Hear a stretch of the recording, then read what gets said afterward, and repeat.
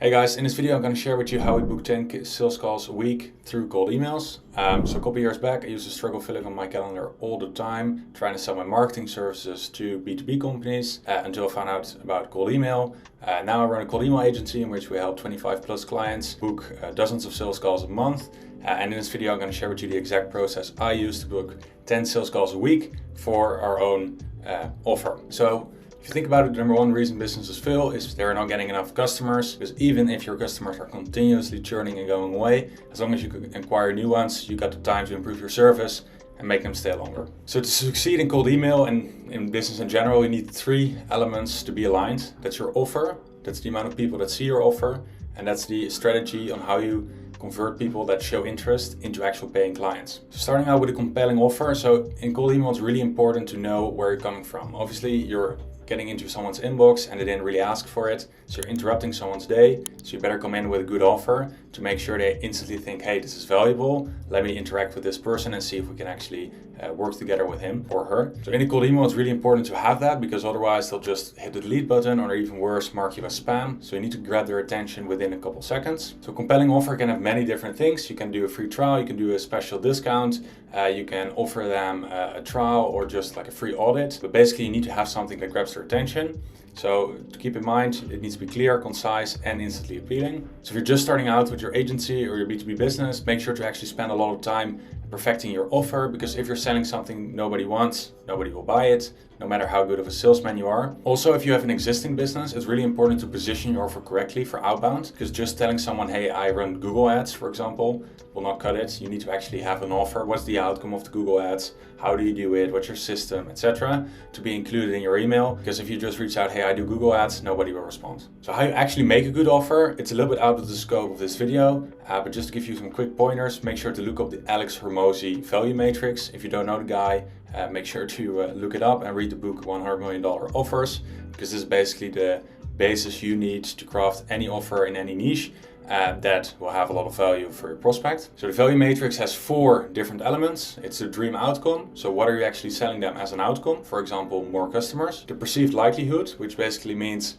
how likely is it that I'm actually going to achieve this dream outcome? So you can actually increase the perceived likelihood by adding in a guarantee, for example, but also a lot of social proof or case studies can increase the perceived likelihood of actually getting the dream outcome for your prospects. Then you want to divide those two. If you give them a number, you want to divide those two by time delay and effort and sacrifice. So for time delay, you obviously want to make it as low as possible, but do keep it realistic. For example, you can do like 30 days before we launch, or in 90 days we implement the first system. And then effort and sacrifice is basically what is expected from the prospect. So if you're doing a done for you service, basically meaning you do everything for them, the effort and sacrifice is really low. And you can also include this. For example, if you're selling short form content, which is really the buzz right now, you can tell them, hey, it just takes 1 to 2 hours from you a month, and then the rest of it is all done for you, so you don't have to spend a lot of time. So make sure you include these 4 elements inside of your offer, so the prospect can get clear, like, what is the value you are providing me. So what we usually do, and what we recommend to all of our clients, is to put the offer inside of what we call an offer sentence. So the offer sentence goes as follows: we help target group with outcome within time frame, and then with or without unique elements. So I made an example for this offer sentence, which is a bit of a meme. Obviously, targeting dentists is not something I would recommend, but just to give an example, we help dentists in Texas, so you get really specific, with outcome getting 5 more clients, which is also really specific, within time frame, which is 90 days, which is also really specific, and then without paid ads, because usually they will get pitched paid ads, and you say, hey, I do it without paid ads because I do SEO, which you can tell them later what you do. But this basically is to catch their attention and make sure they're actually interested in replying, or at least seeing like what you're about. So obviously now you have a good offer and you have a good offer sentence for in your cold email. Now you want to go on and write your actual cold email script. So the script is also really important, because this is like your actual ad that you're showing people. So you need to make sure you convey your value as quickly as possible, as clearly as possible, and without talking about yourself, but talking about your prospect. So this is an example script we use, and it works really well. So hey, first name, obviously you want to have the first name variable. So then we want to include some relevance on why we're reaching out. So in this example, it's, so you were not ranking on the first page of Google, making me wonder who's doing your SEO. So this is a bit of an edgy one, calling them out like, hey, you are leaving money on the table. And yeah, it works really well because it kind of triggers them to see like what you're about. Then we want to do the offer sentence. So in this case, we do tie it in with the relevance. So we're saying, asking since we actually help ABC. So let's say dentists in Texas again, do XYZ. So get to the first page of Google, just like we did with case study 1 and case study 2. So in this case, we're going for more of a social proof as opposed to like a unique angle, because with Google and with SEO, there's not really much to be unique. So we want to just show them like, hey, the perceived likelihood of achieving this outcome is really high because we've done it a couple of times, namely with these case studies. Then we have a call to action, which we do a really low barrier, open to see if we can do the same for company name. And they can just say, yeah, let's see. And you can take the next steps from there. So that was just one example, but just to go a little bit deeper, are some examples of greetings, relevance, a pain question, which we also sometimes include, the offer sentence, and then the call to action. So greeting, I mean, that's pretty straightforward. Hi, first name, hey, hello. I would just do hi or hey. Just don't do anything like dear sir or respected or whatever, like any weird stuff. Just hi, hey, hello, that's fine. Relevance. So these are some examples of relevance. So I came across your profile on LinkedIn and I noticed you have extensive experience, and then you tie it in with the rest of your email. Or I came across your profile on LinkedIn and I noticed you are following some influencer in some niche. I came across your profile on LinkedIn and saw you recently posted. I saw you didn't recently post, whatever, right? You can come up with some relevance. And what's really smart and what you want to do is come up with a type of relevance that you can apply to multiple people. So for example, you can easily scrape a list of 500 people that are in some industry and that have been in their position for over 10 years. And then this relevance sentence will all apply to those 500 people, making it easy to customize all of your emails to that specific avatar. Having personalization, but not having to do it one by one, but now it's just one for 500. Another example is you recently read an article, for example, or you saw them on a directory. Any types of relevance you can find that's mass, I would recommend adding in, because it just makes your email more logical. Like you're not reaching out because you found them in some database, right? Like that's not a relevance. Want to have some relevance that ties in with your offer to add in logic into your cold email. So with the example I showed you previously, we did it a bit different, but with this usual structure, we would add in something that we call a pain question. So basically with this question, I want to get them into the right mindset of thinking about the problem we can actually help them solve.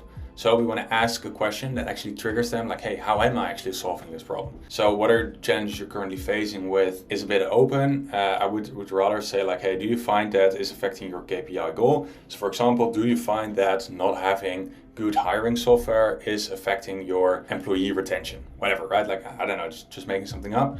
But that's something you can do. And they're like, maybe I am thinking that. Asking since, so you can get into the offer sentence, asking since, or we help target group actually solve that with our unique system or any unique software, whatever it is, but it ties in with the pain questions. You got them into that mindset about their pain, and then you're like, hey, but we can actually solve that. So that's a good way to structure your cold email. Then for the call to action, so you can experiment a bit with this. So we usually do more of a low barrier call to action, which is like open for a quick chat or interested or thoughts, question mark, or you can be a bit more direct. So it's more of like a old school sales call to action, I would say.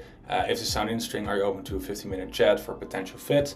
And you can get going from there. Then in your signature, obviously you want to do your name, but also your function title. So even if you're really small or you're like a freelancer, just include like you're the owner or founder at company name. Don't call yourself CEO if you have one employee. I would advise against that. And then your company address as well, also for compliance reasons. So then you want to basically set up a scalable method to reach people at scale. So just sending 1 or 2 or 3 or 5 cold emails, that doesn't really work. 100 cold emails, you might start getting some results, but you really got to do more volume. So obviously when you're sending out a lot of volume of emails, the problems you will get is that you're running into spam filters trying to block you. So one way what you can do is use a tool like Instantly, which I'll put a link for in the description, in which you can use multiple different users to cycle through and basically spread out the volume across multiple email addresses.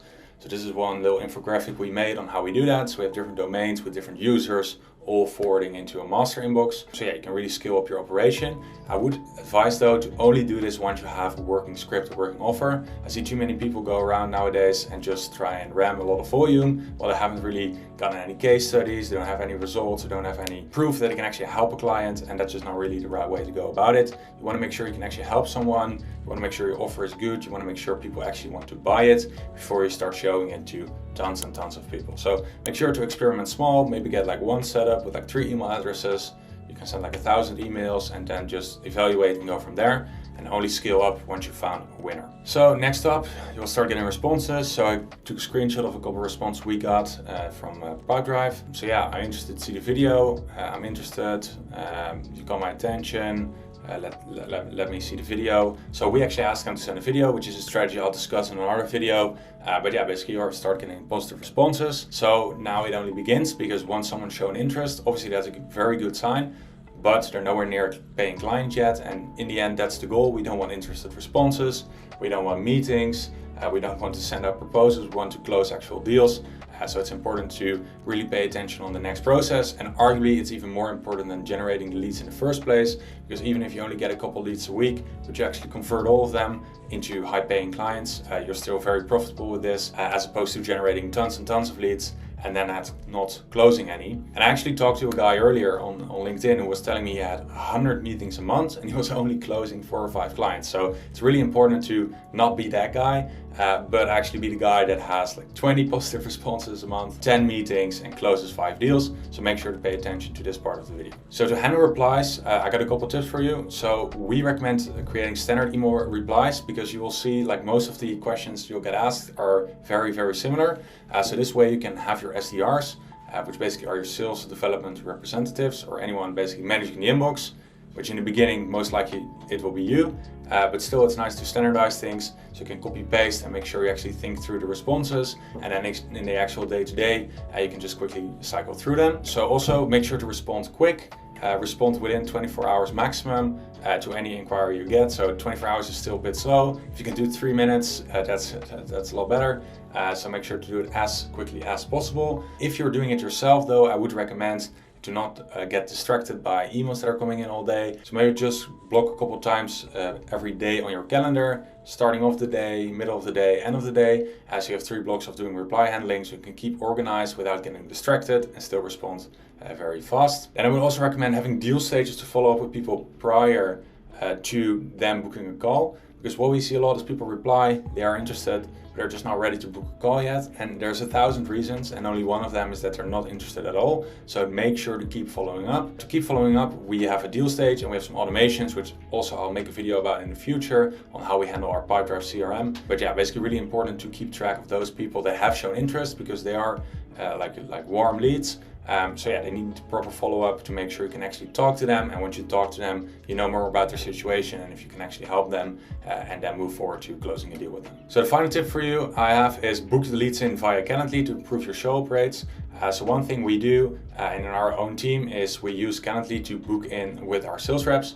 So I'm not taking the calls myself anymore at my agency, but even in the beginning, when you're just taking the calls by yourself, I would recommend booking them in your own Calendly. So this does not mean you send them over the link and tell them like, hey, pick a slot and it's up to you, but just ask them what time works for them, make sure to agree on the time, and then you just click on that slot in your own calendar and you book them in. Because this way it's easy to set up 3 reminders to show up for the call, and also to have an easy reschedule button. So what we see a lot is that people get into conflict. So they have a conflict in their calendar because of some internal meeting or whatever, like an emergency or some at-home situation, and they still want to take the call, but they just want to easily reschedule it to like another slot. So they just press reschedule, and I would say even up to like 10% of their initial calls do this. So that's 10% of calls we otherwise would have gone back and forth with over email and potentially lost a couple of them. This is a really easy way for more people to show up, and also for people to easily reschedule if some conflict comes up. So just to recap, these were the 3 things you need to do to get a high converting cold email strategy. Get your offer right, reach enough people, and make sure to actually convert interested people into booked meetings and obviously close deals. So I'll be going in depth over each and every one of these steps on this channel, so make sure to subscribe. Leave a comment down below if you have any questions or anything you want to see me cover in a future video, and check out the links in the description for the software I recommend, my newsletter, and also how I can help you personally. Alright, see you in the next one. Cheers.